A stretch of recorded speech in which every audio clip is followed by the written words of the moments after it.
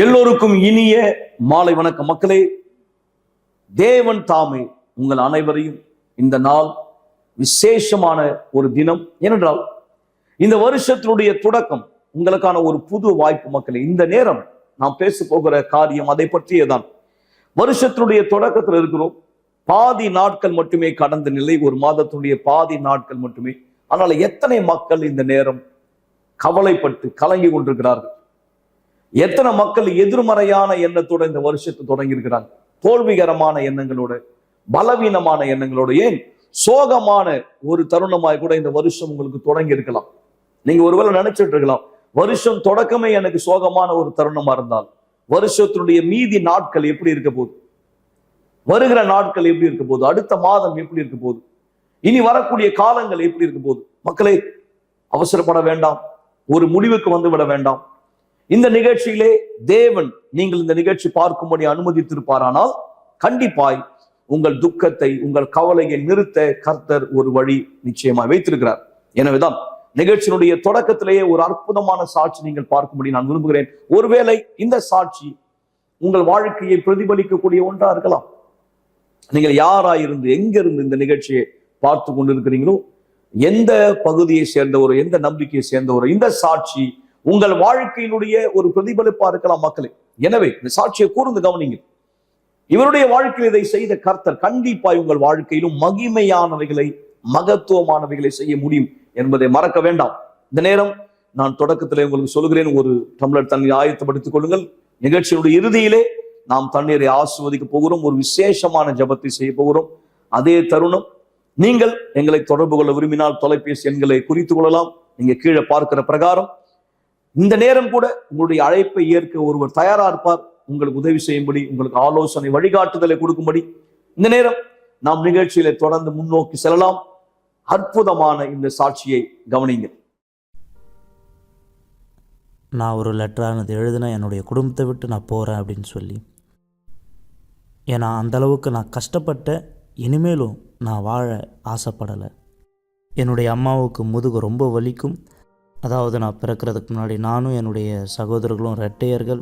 எங்கள் அம்மா ரொம்ப முதுகு வலியோடு இருந்தாங்க. அதாவது அவங்க எங்களை பெற்றெடுக்கக்கூடிய அந்த பிரசவம் ரொம்ப ரிஸ்கானது. என்னுடைய அம்மாவுக்கு 3 மாரடைப்பு இருக்குது. இப்படியாக தான் என்னுடைய வாழ்க்கை பிறந்ததிலிருந்து ரொம்ப கஷ்டத்தோடு நான் வாழ்ந்தேன்.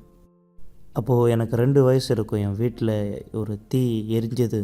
அந்த தீ விபத்து ஏற்பட்டது. அப்போ அப்பா இறந்தார். நானும் விழுந்துட்டேன். அந்த தீ விபத்தில் என்னோடய இடது புறத்தில் எல்லாமே எரிஞ்சிடுச்சு ஒரு பக்கம். அப்போது பிறந்த 2 வயசு இருக்கும் எனக்கு. அது மட்டும் இல்லாமல் நான் வளர வளர ஆபாச படத்தையும் பார்க்க அடிமையாயிட்டேன். என்னுடைய சிந்தனையில் இது என்னை விட்டு போகலை. அதனால் ராத்திரி 1, 2, 3 வரையும் நான் பார்த்துனே இருந்தேன். ஆன்லைனில் நிறைய பேர்கிட்ட பேசியிருப்பேன்.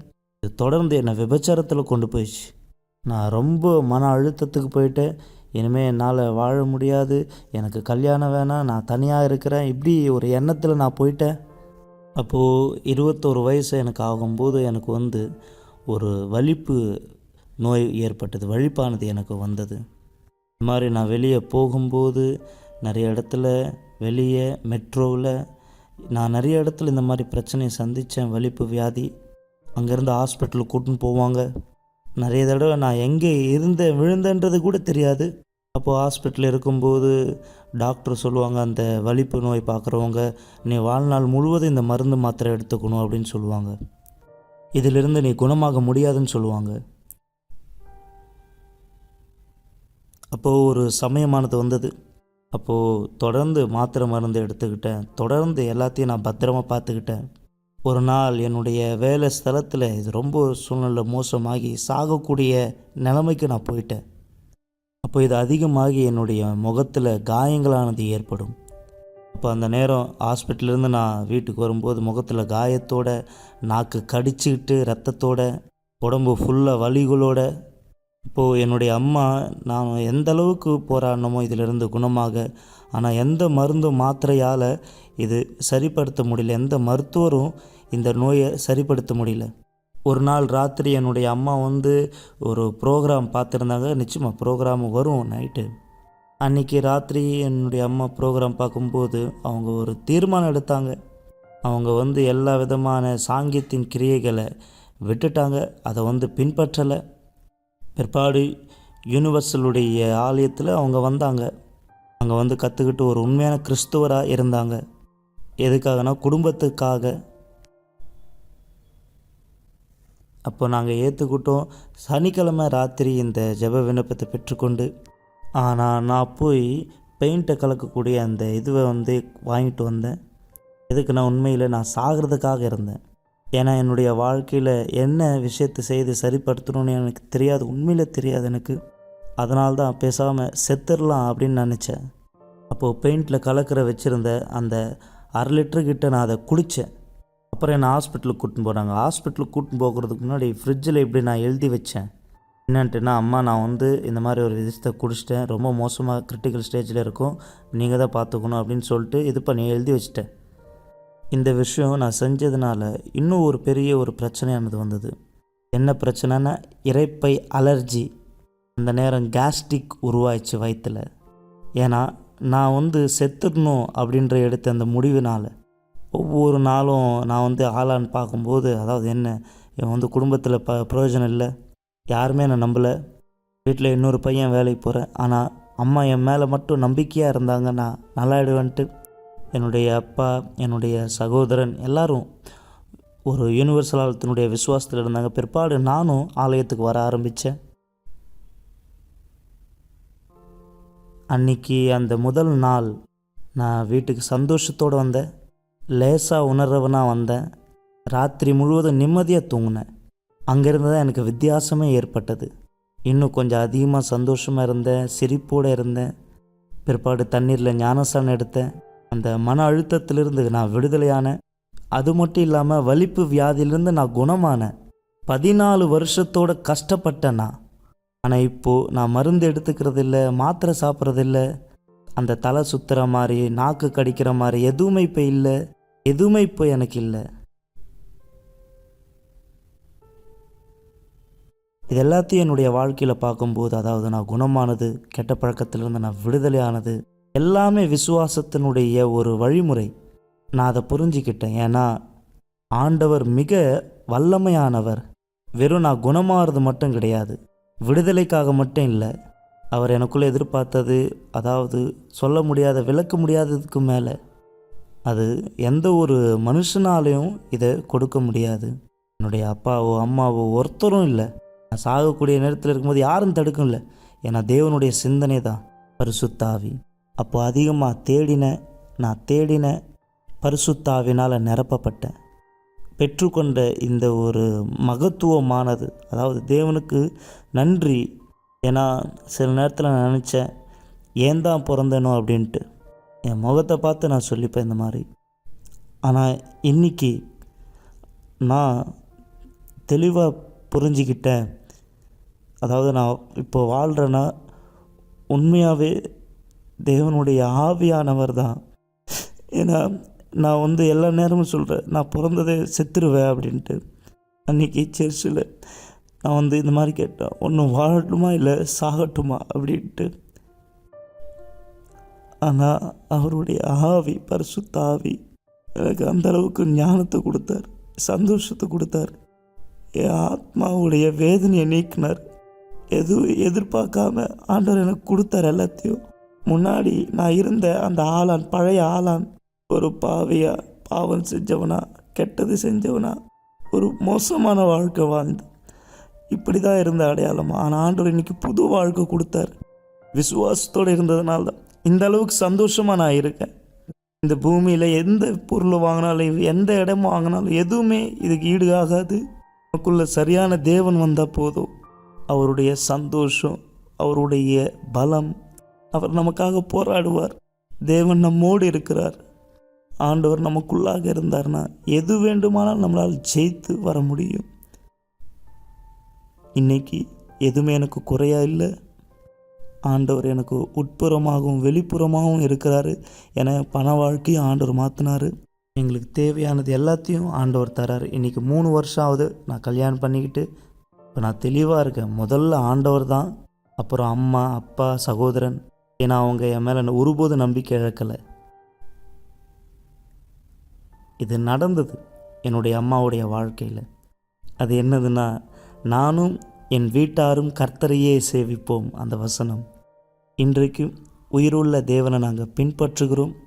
அந்தளவுக்கு சந்தோஷமாக மீண்டும் நான் உங்களை நிகழ்ச்சியில வரவேற்க விரும்புகிறேன். மக்கள், இந்த நேரம் நான் சற்று முன்பு சொன்னது போல், யார் இந்த வருஷம் இந்த மாதமே எதிர்மறையான எண்ணங்களோடு தொடங்கி இருக்கிறீர்களோ, உங்களுடைய எண்ணத்துல உங்க யோசனையில எல்லாமே தலைகீழா இருப்பதை போன்ற ஒரு சூழ்நிலை, அதாவது நம்பிக்கை அற்று போகிற ஒரு நிலைமையில நீங்க இருக்கலாம். உங்க வாழ்க்கையை பொறுத்தவரை, உங்க எதிர்காலத்தை பொறுத்தவரை, ஏன் உங்களுடைய ஆரோக்கியத்தை பொறுத்தவரை, மருத்துவமனையிலிருந்து இந்த செய்தி பார்த்து கொண்டிருக்கிற கேட்டுக்கொண்டிருக்கிற மக்கள் சிறைச்சாலையிலிருந்து அல்லது ஒரு மேம்பாலத்தின் அடியிலிருந்து தங்க இடம் இல்லாமல், யார் உங்க வீட்டுக்குள்ளே கூட அழுது கொண்டு உங்க அறையிலே உங்களை பூட்டி கொண்டு இந்த நிகழ்ச்சி பார்த்து கொண்டிருக்கிறீங்களோ, உங்களுடைய டிவைஸ் வழியாக அல்லது யார் உங்க வீட்டுல தொலைக்காட்சி வழியாய் இந்த நிகழ்ச்சி பார்த்துட்டு இருக்கீங்களோ, நன்றாய் கவனிங்க. உங்கள் மனதிலே பல எண்ணங்கள் பல யோசனைகள் ஓடிக்கொண்டிருக்கலாம். ஆனால் உங்களுக்கான தேவன் வார்த்தையை பாருங்க.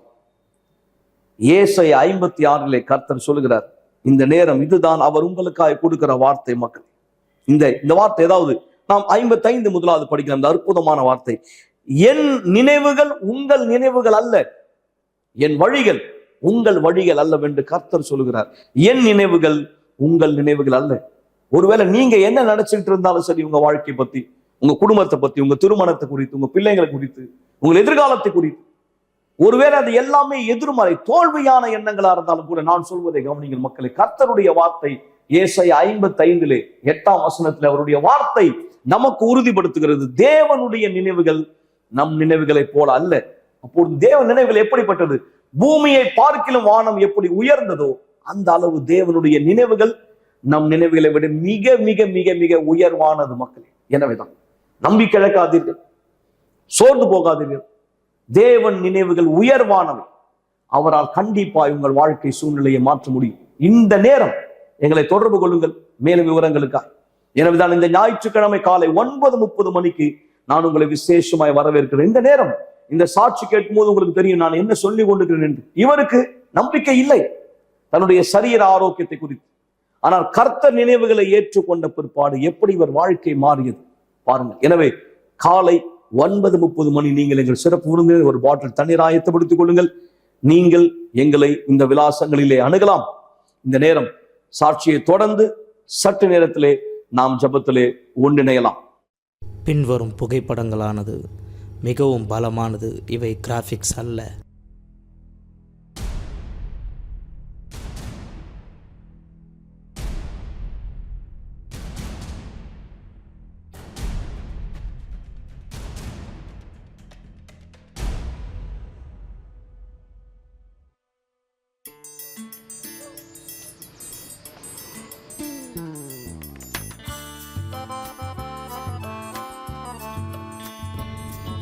என்னுடைய பேர் வில்சு.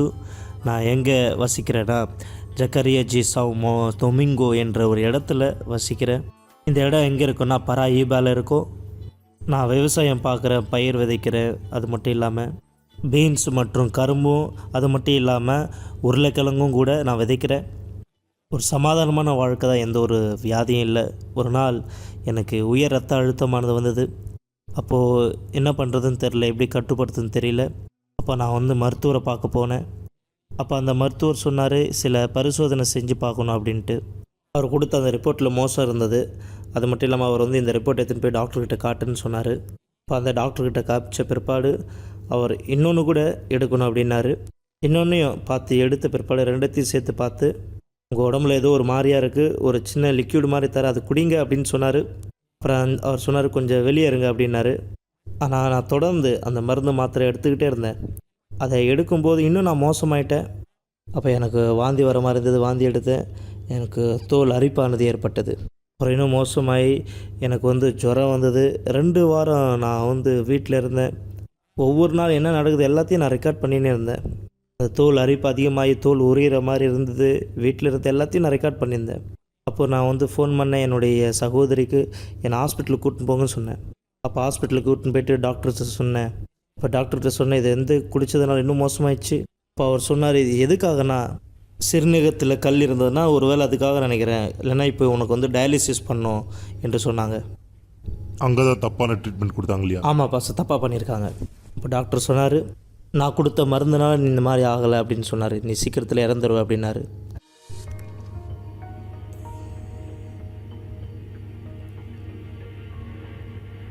அப்போ அங்கே தான் நான் அதிகமாக என் உடம்புல என்ன மாற்றம் இருக்குது ரெக்கார்ட் பண்ண ஆரம்பித்தேன். இன்னும் மோசமாகிடுச்சு, உடம்பு செயல்பட முடியாத ஒரு சூழ்நிலை. அப்போது அங்கே ஊரில் இருக்கக்கூடிய ஒரு மருத்துவமனைக்கு போனோம். அது ஊர்லேயே இருக்கக்கூடிய ஒரு கிளினிக் மாதிரி. அங்கே நான் இருந்தேன், எந்த ஒரு பதிலும் எதுவும் இல்லை. ஒவ்வொரு நாள் நான் இன்னும் மோசமாக தான் ஆகிட்டே இருந்தேன், எதுவுமே மாறல எனக்கு. அப்போ மருத்துவர் என்ன சொன்னார்? அப்போ அவர் சொன்னார், உன் வியாதிக்கெல்லாம் இங்கே மருந்து இல்லை, நீ பேசாமல் இங்கேருந்து மாறி போயிடு, சிட்டியில் இருக்கக்கூடிய மருத்துவமனைக்கு போயிடு. ஆனால் எனக்கு உடம்பு ஃபுல்லாக பரவிச்சு, இந்த மாதிரி ஆகிடுச்சு. தலை தொடங்கி தோள்பட்டை, முழங்கால், கால் ஃபுல்லாக, உடம்பு ஃபுல்லாக எனக்கு இருந்தது. இன்னும் சொல்லப்போனால் அந்த மருந்து யூஸ் பண்ணதுனால என்னுடைய பார்வை கூட போயிடுச்சு, மங்கலாயிடுச்சு. திரும்ப நாங்கள் பரிசோதனை பண்ணி பார்த்தோம், உடம்பு ரிப்போர்ட் எல்லாம் நார்மல் தான் வந்தது. என்னுடைய தோல் அழுகி போகிற மாதிரி வந்துட்டே இருந்தது.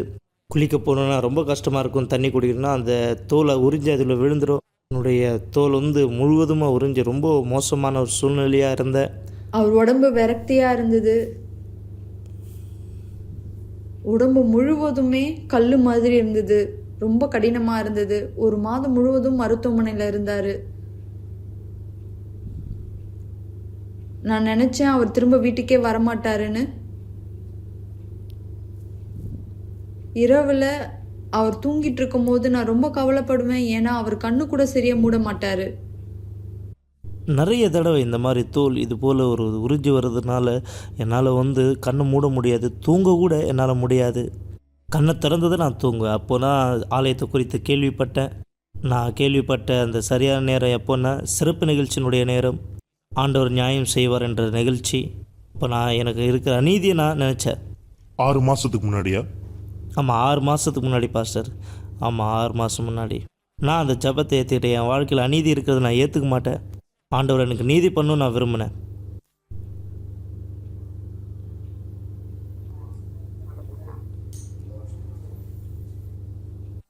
அங்கே ஹாஸ்பிட்டலில் நான் இருக்கும்போது என்னை பலப்படுத்துறது பிஷப்புடைய மெசேஜ் தான். அன்றைக்கி பிஷப்பு ரெனாட்டோ அவர் சொன்ன அந்த ஒரு வார்த்தை. அப்போ அவர் சொன்னார் நீதியினுடைய நிகழ்ச்சி குறித்து. என்னால் எப்படி அதை அட்டன் பண்ணுறதுன்னு தெரியல. அப்போ என்கிட்ட ஃபோன் இருந்தது, அந்த ஃபோனில் யூடியூப் மூலமாக பார்த்து அப்போது அவர் பண்ணுற ஜபங்கள் எங்கே இருக்குது அப்படின்னு சொல்லிட்டு தேடினேன். இந்த சூழ்நிலையில் தான், இந்த மாதிரி சூழ்நிலையில் தானே. ஏன்னா ஒவ்வொரு நாளும் வார்த்தையை கேட்பேன்.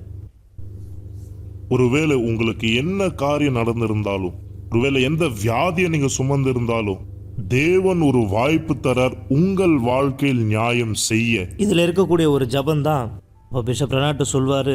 இங்கே ஆதியாகமம் 50வது அதிகாரத்தில் 20வது வசனத்தில் சொல்லப்பட்டது போல் நான் என்னன்னு கேட்டேன்னா, அதாவது ஆண்டவர் எல்லா தீமையும் நன்மையாக மாற்றுவார். இந்த வார்த்தை தான் என்னை பலப்படுத்துது ஒவ்வொரு நாளும். இந்த சாட்சிகளுக்கு என்ன நடந்ததோ அதே தான் நீங்கள் நம்பும்போது உங்கள் வாழ்க்கையில் நடக்கும். எனவே என்ன உங்கள் விசுவாசத்தின் செயல் என்னன்னா, நீங்கள் ஒரு பேப்பரில் இது மாதிரி எடுத்துப்பீங்க, நீங்கள் எழுத போகிறீங்க, எந்த கெட்டதோ அது நல்லதா உங்களுக்கு மாறும்படி நீங்கள் எழுதுவீங்க, என்ன கெட்டதோ அது நல்லதாய் மாறும்படி உங்களுடைய வியாதிகள் அனைத்து. அப்போ எனக்கு நல்ல ஞாபகம் இருந்தது. இந்த விண்ணப்பத்தினுடைய இந்த நாளில் நான் டாக்டர்கிட்ட கேட்டேன், நான் இங்கேருந்து வெளியே போயிட்டு வரட்டுமான்ட்டு. ஆண்டவருடைய பீடத்துக்கு தான் அங்கே போயிட்டு என் பொருத்தனையை நான் நிறைவேற்றுறேன். ஆனால் அந்த டாக்டர் சொன்ன, நீ இங்கேருந்து போயிட்டேன்னா நீ செத்துருவ, நீ உன் சூழ்நிலை ரொம்ப மோசமாக இருக்குது அப்படின்னாரு. அப்போது நான் அதை ஏற்றுக்கல. அப்போ அவர் கேட்டார், இதுதான் உனக்கு வேணுமா, விருப்பமா, போகணுமா? அப்போ நான் சொன்னேன், ஆமாம் நான் போகணும், அங்கே போயிட்டு தேவனிடத்தில் பண்ண பொருத்தனை நிறைவேற்றணும், என்னை வெளியே அனுப்புங்க அப்படின்னு சொல்லிட்டு நான் கேட்டேன் அவங்கள. அவர் என்னை வெளியே விட்டார். அப்போ நான் என்னுடைய சகோதரி அங்கே ஆண்டவருடைய பீடத்தை நோக்கி போனோம். இதே வியாதியோடு தான் ஆண்டவருடைய பீடத்தின் மேலே ஏறினேன். என்னுடைய பேங்க் அக்கௌண்ட்டில் ஒரு அமௌண்ட் விழுந்தது. அந்த அமௌண்ட் எடுத்து நான் ஆண்டவருக்காக பொருத்தனை பண்ணினேன். ஆண்டவர்கிட்ட சொன்ன, ஆண்டவரை என் சூழ்நிலை நீங்கள் தான் மாற்றணும். நான் கேட்ட, ஆண்டவரை என் வாழ்க்கையில் அற்புதத்தை நீங்கள் தான் செய்யணும். நான் மருத்துவரை தேடி போனேன், ஆனால் இதோ நான் உன்னை தேடி வந்திருக்கேன். அதுக்கப்புறம் அந்த மருத்துவர் அங்கே போனதுக்கப்புறம் அவர் சொன்னார், நீ டயாலிசிஸ் பண்ணலன்னா நீ வந்து சீக்கிரத்தில் இறந்துருவ அப்படின்னு சொன்னார். அப்போ அந்த மருத்துவர் சொன்னார், மதியானத்துக்குள்ளே இது செய்யலைன்னா நீ இறந்துருவ. அப்போ எனக்குள்ளே இந்த ஒரு வைராக்கியமானது இருந்தது. அன்று ராத்திரியில் நான் எழுந்தேன். அந்த நேரத்தில் நான் வந்து பாத்ரூம் போகிறதுக்காக போனேன். அப்போ நான் பைபிளை எடுத்து நான் வந்து ஜெபித்தேன். அதுக்குள்ளேயே நான் வந்து அழுதுட்டு ஆண்டவர்கிட்ட கேட்டேன். என்னால் அங்கே வந்து முழங்காலிட்டு பண்ண முடியல, ஆனால் அங்கே உட்காந்து நான் பண்ணேன். அங்கே உட்காந்து நான் ஆண்டவரை நோக்கி கூக்குரல் எழுப்பினேன். இப்போ எனக்கு இந்த ஒரு விஷயம் ஞாபகம் இருந்தது. எப்படி எரேமியா அந்த செவுருப்புறமாக திரும்பி அவர் முறையிட்டார், அதே போல் நான் ஆண்டவரை நோக்கி முறையிட்டேன். நான் வந்து என்னுடைய வாழ்க்கை இந்த ஒரு மாற்றத்தை காணணும்னு சொல்லி, எப்படி நீர் அந்த எரேமியா அவருக்கு வந்து பதில் கொடுத்தீரோ அதே போல் நீர் வந்து என்னுடைய வழக்கை விசாரித்து எனக்கு நியாயம் பண்ணுங்க ஆண்டவரே அப்படின்னு சொல்லி கேட்டேன். அப்போ அந்த ஜெபம் முடிச்சுட்டு நான் வந்து கிட்டத்தட்ட 2 மணி, ராத்திரி 2 மணி ஆகும்போது அப்போது நான் பண்ண ஜெபத்துக்கு பதில் கிடச்சிது. அந்த என் உடம்புல இருந்த அந்த அழுகி போன அந்த அரிப்பினுடைய தோல் எல்லாமே தன்னாலே கீழே கொட்டுது. என்னால் வந்து இது பண்ண முடியல. அப்போது உடம்பு தோல் எல்லாமே பற்றதெல்லாம் நான் கொஞ்சம் நகர்ந்து எல்லாமே என் உடம்புலேருந்து நீங்கிச்சு. அந்த அரிப்பு தோல் என் முகத்துலேருந்து எல்லாமே பட்டு போன மாதிரி எல்லாமே என்னை விட்டு நீங்கி போயிடுச்சு. ஒரு குழந்தை பிறந்தது போல் ஆயிட்டேன் நான். அன்னைக்கு அந்த காலை பொழுதில் அந்த மருத்துவர் அவங்க வந்தாங்க, அவங்க பார்த்தாங்க. அதாவது என் உடம்புல இருக்கக்கூடிய எல்லாமே கொட்டி இருக்கிறத, தாவில்யோ இதுதான் உனக்கு நடந்த அற்புதமா, என்ன நீ இந்த ஒரு குழந்தை தோல் உறிஞ்சி புது தோல் வந்தது போல் நீ பிறந்திருக்க. நான் சொன்னேன், இதுதான் ஆண்டவர் செய்கிற அற்புதம். அப்போது அவங்க வந்து பார்க்கும்போது அவங்களால இதை நம்ப கூட முடியல. அந்த முழு மருத்துவமனையுமே இந்த மாதிரி நம்பவே முடியல. ஹாஸ்பிட்டல் எல்லாருக்கும் ஆச்சரியமா எல்லாமே மாறிச்சு. ஆமாப்பா சார்.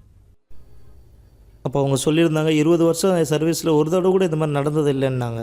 முறை அவர் என்கிட்ட சொல்லியிருக்காரு, நான் மரணத்துக்கான வியாதி இது இல்லை, நான் நம்பல. அப்போ ஏன்னா என்னை பொறுத்த வரைக்கும் அவர் திரும்பி வர்றது முடியாத காரியமாக இருந்தது. நான் என் தம்பியை பார்க்கும் பொழுதுலாம் என் சிந்தனையில் நாகமான் ஞாபகத்து வருவார். நாகமானுடைய குஷ்டரோகம் தேவன் என்னுடைய சகோதரரை குணமாக்குனார். இன்னைக்கு அவர் இங்கே இருக்காரு. என்னுடைய சாட்சி ரொம்ப வல்லமையானது. அங்கே இருக்கக்கூடிய மருத்துவர் அவர் வந்து படிச்சிருக்காரு, ஆனால் அவரால் இது என்னன்றது கூட கண்டுபிடிக்க முடியாமல் இருந்தது. இன்னைக்கு இந்த மெடிசன் மூலமாக கற்றுக்குறாங்கல்ல. ஆமாம், அவங்க அதுக்காக படிச்சிருந்தாங்க. இதை அவங்களால விலைக்கு சொல்ல முடியல. அவங்களால சரிப்படுத்த சரிப்பட முடியல. அவங்களால அதை விலைக்கு கூட சொல்ல முடியல.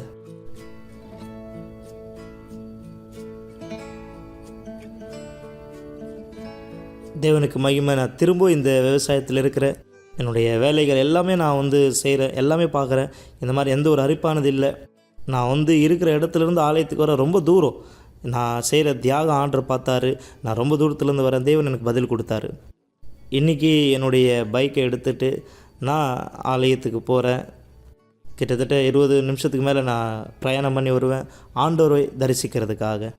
அந்தளவுக்கு போராட்டம், அந்தளவுக்கு யுத்தம். தேவன் எனக்கு பதில் கொடுத்தார். எல்லாத்துக்கும் காரணம் பரிசுத்த ஆவியானவர் இந்த தைரியம் கொடுத்தார். அவர் இல்லைன்னா என்னால் இந்த குணமாக்குதல் பார்த்துருக்கவே முடியாது. ஏன்னா இந்த ஒரு வார்த்தை தான் என்னை வந்து பலப்படுத்தியது. வாழ்க்கையை முழுமையாக ஆண்டவர் கையில் ஒப்புக்கொடுக்க நான் அதை புரிந்து கொண்டேன். என்னை நிறைய தடவை நான் சொல்லியிருக்கேன், நிறைய தடவை என் சகோதரிகிட்ட கூட சொல்லியிருக்கேன். ஆண்டவருடைய வார்த்தை இல்லைன்னா என்னால் இப்போ இந்த இடத்துல நிலைச்சிருக்க கூட முடியாது. இந்த வார்த்தை என்னை நிலைப்படுத்தியது.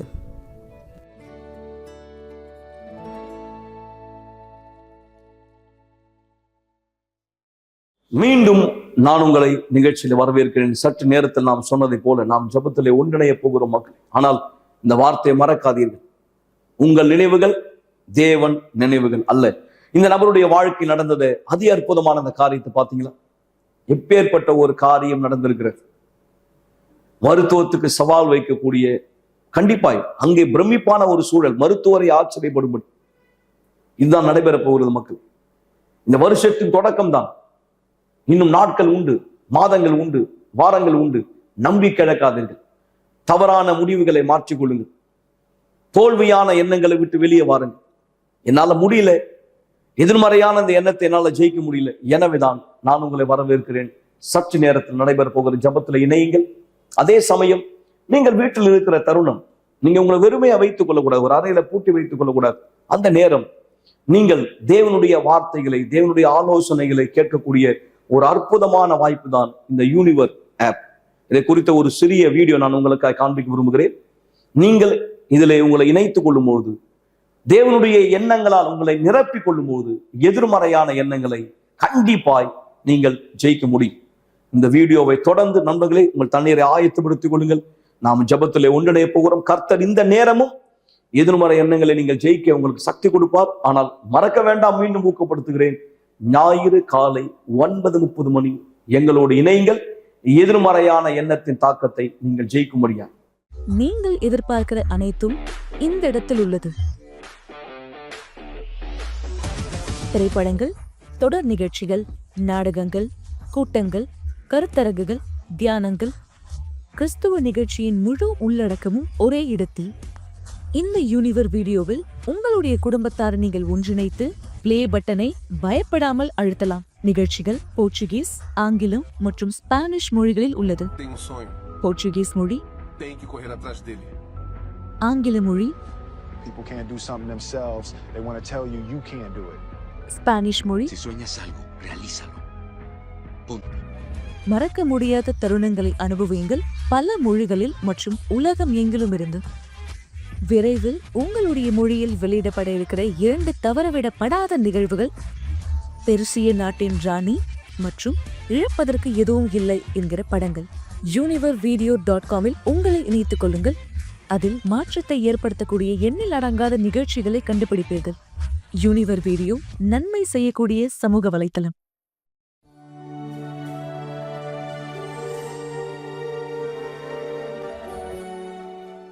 ஜெபம் தேவனுடனான நம்முடைய தொடர்பாகும். நீங்கள் சாட்சிகளை பார்த்தீர்கள், நீங்கள் வார்த்தையை கேட்டீர்கள். ஆனால் இப்பொழுது தயவு செய்து கண்களை மூடியிருங்கள். ஜெப நேரத்திற்காய் நாம் நம்மை ஆயத்தப்படுத்திக் கொள்ளலாம். நேற்றும் இன்றும் என்றும் மாறாத எங்கள் ஆண்டவராகிய இயேசுவே, நீர் நேற்றும் இன்றும் என்றும் மாறாத. எனவேதான் இந்த வார்த்தையை நாங்கள் வாசிக்கும் போது எங்களுக்குள் ஒரு நம்பிக்கை ஏற்படுகிறது, ஒரு உற்சாகம் ஏற்படுகிறது. இந்த நபர் ஒருவேளை இந்த வருஷத்தை தொடங்கின நாட்கள் தொடர் தோல்விகள், பரிதவிப்புகள், இழப்புகள், துக்கங்களை கடந்து சென்று வந்திருக்கலாம் தேவன். எனவேதான் இவருடைய நினைவிலே பதிந்திருக்கலாம், இந்த வருஷம் எனக்கு ஒரு ஆசீர்வாதமா இருக்காது என்று, வெற்றிகரமா இருக்காது என்று, அல்லது நான் நினைப்பது எதுவுமே நடக்க போவதில்லை என்று கூட இந்த நபர் நினைத்துக் கொண்டிருக்கலாம். நல்ல விஷயங்கள், நல்ல நினைவுகள் என்பதே இவருக்கு இல்லை. அல்லது இவரை குறித்து மற்றவர்கள் பேசுவது கூட ஒருவேளை எதிர்மறையான வார்த்தைகளா இருக்கலாம்.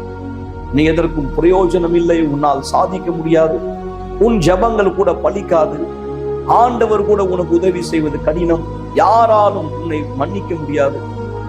இல்லை, இந்த நினைவுகள் இந்த நேரம் உம்முடைய நினைவுகளால் மாற்றப்படட்டும். ஆண்டவரே, வானத்தை பூமி இரண்டுக்கும் இடையே உள்ள தூரம் தான் உம்முடைய நினைவுகள்.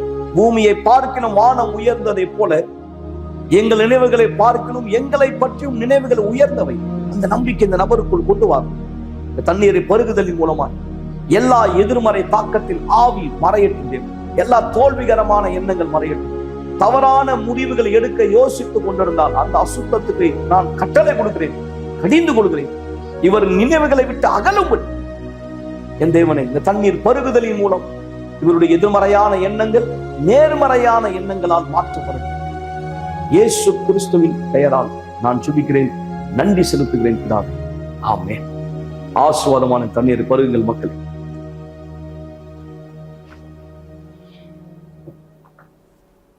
இந்த ஆவியைதான் தேவன் உங்களுக்காய் கொடுத்திருக்கிறார். மக்களே, இந்த விசுவாசத்தை அணைத்துக் கொள்ளுங்கள். இந்த ஆவியிலே முன்னோக்கி செல்லுங்கள். இந்த நேரமும் கூட நீங்கள் எங்களை தொடர்பு கொள்ளலாம்.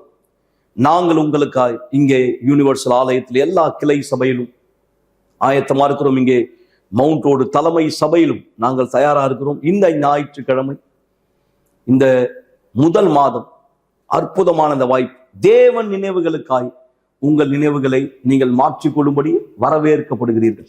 எனவே நாளை இரவு மீண்டும் இதே நிகழ்ச்சியில் உங்களை சந்திப்போம். தேவன் உங்கள் அனைவரை ஆஸ்வதிப்பாராக.